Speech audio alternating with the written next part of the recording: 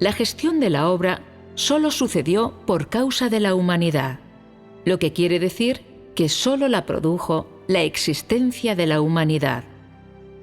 No había gestión antes de la humanidad, o en el principio, cuando los cielos y la tierra y todas esas cosas fueron creados. Si en todo lo de la obra de Dios no hubiera una práctica que fuera beneficiosa para el hombre, es decir, si Dios no le hiciera exigencias adecuadas a la humanidad corrupta, si en la obra que Dios hace no hubiera un camino adecuado para la práctica del hombre, entonces esta obra no se llamaría la gestión de Dios. Si la totalidad de la obra de Dios solo implicara indicarle a la corrupta humanidad cómo discurrir en su práctica, y Dios no llevara a cabo nada de su propia iniciativa, ni manifestara una sola pizca de su omnipotencia o sabiduría, entonces, por altas que fueran las exigencias de Dios hacia el hombre, por mucho tiempo que Dios viviera en medio del hombre, el hombre no conocería nada del carácter de Dios. Si ese fuera el caso, entonces este tipo de obra incluso sería menos digna de llamarse la gestión de Dios.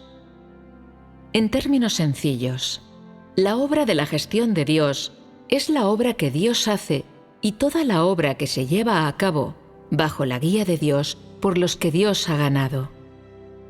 Tal obra se puede resumir como gestión y se refiere a la obra que Dios hace entre los hombres, así como a la cooperación con Él de todos los que lo siguen.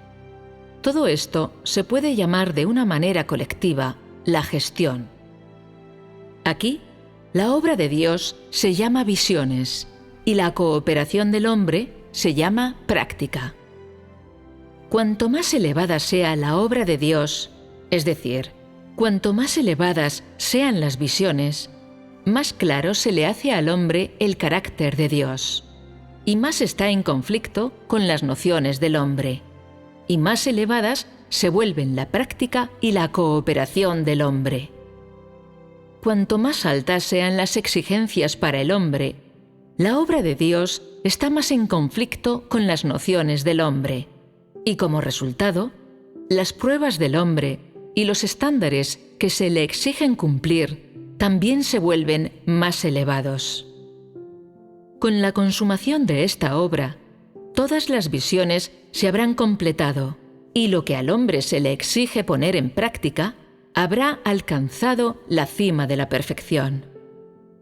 Este también será el tiempo en el cual cada uno será clasificado de acuerdo a su especie, porque eso que al hombre se le exige saber, se le mostrará. Así, cuando las visiones alcancen su apogeo, la obra, en consecuencia, se acercará a su fin y la práctica del hombre también habrá alcanzado su cénit.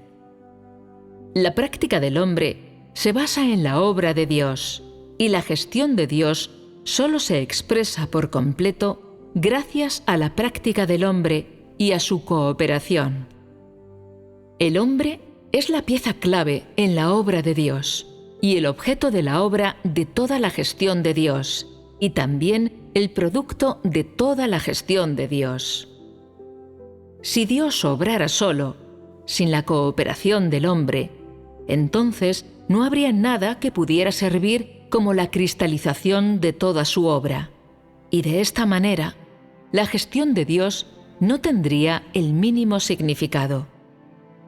Solo al escoger un objeto adecuado que esté fuera de la obra de Dios y que pueda expresar esta obra y probar su omnipotencia y sabiduría, es posible alcanzar la meta de la gestión de Dios y alcanzar la meta de usar todo lo de esta obra para derrotar completamente a Satanás.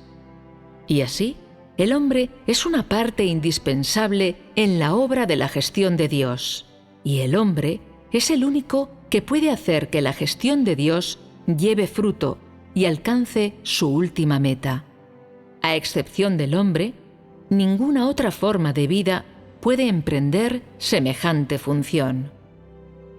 Si el hombre ha de convertirse en la verdadera cristalización de la obra de gestión, entonces la desobediencia de la humanidad corrupta se debe desechar por completo.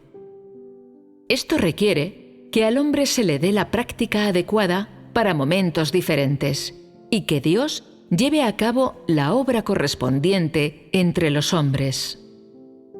Solo de esta manera, al final, se habrá ganado a un grupo de personas que son la cristalización de la obra de gestión. La obra de Dios entre los hombres no puede dar testimonio de Dios mismo exclusivamente por medio de la obra de Dios. Tal testimonio también requiere seres humanos vivientes que sean adecuados para su obra con el fin de que se logre. Dios primero obrará sobre estas personas, a través de las cuales se expresará su obra, y así, tal testimonio de su voluntad será dado a las criaturas.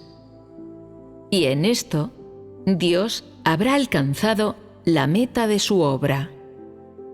Dios no obra solo para derrotar a Satanás, porque Él no puede dar testimonio directo de Él mismo entre todas las criaturas. Si así lo hiciera, sería imposible convencer completamente al hombre. Así que Dios debe obrar en el hombre con el fin de conquistarlo, y sólo entonces podrá obtener el testimonio entre todas las criaturas. Si Dios solo obrara y no existiera la cooperación del hombre, o si al hombre no se le exigiera cooperar, entonces el hombre nunca sería capaz de conocer el carácter de Dios y no sería consciente de la voluntad de Dios para siempre. De esta manera, no se podría llamar la obra de la gestión de Dios.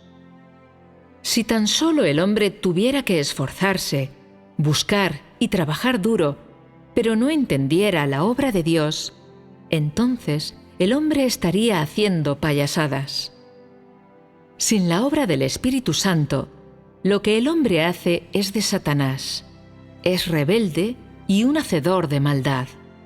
Todo lo que hace la humanidad corrupta exhibe a Satanás, y no hay nada que sea compatible con Dios, y todo es la manifestación de Satanás.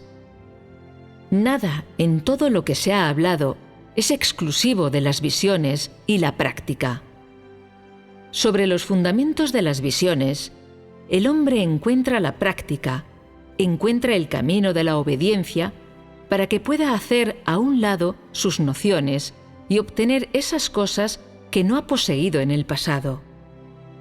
Dios exige que el hombre coopere con Él, que el hombre se someta por completo a sus requisitos, y el hombre pide contemplar la obra que Dios mismo ha hecho para experimentar la omnipotencia de Dios y conocer su carácter. Esto, en resumen, es la gestión de Dios. La unión de Dios con el hombre es la gestión, y la gestión más grandiosa.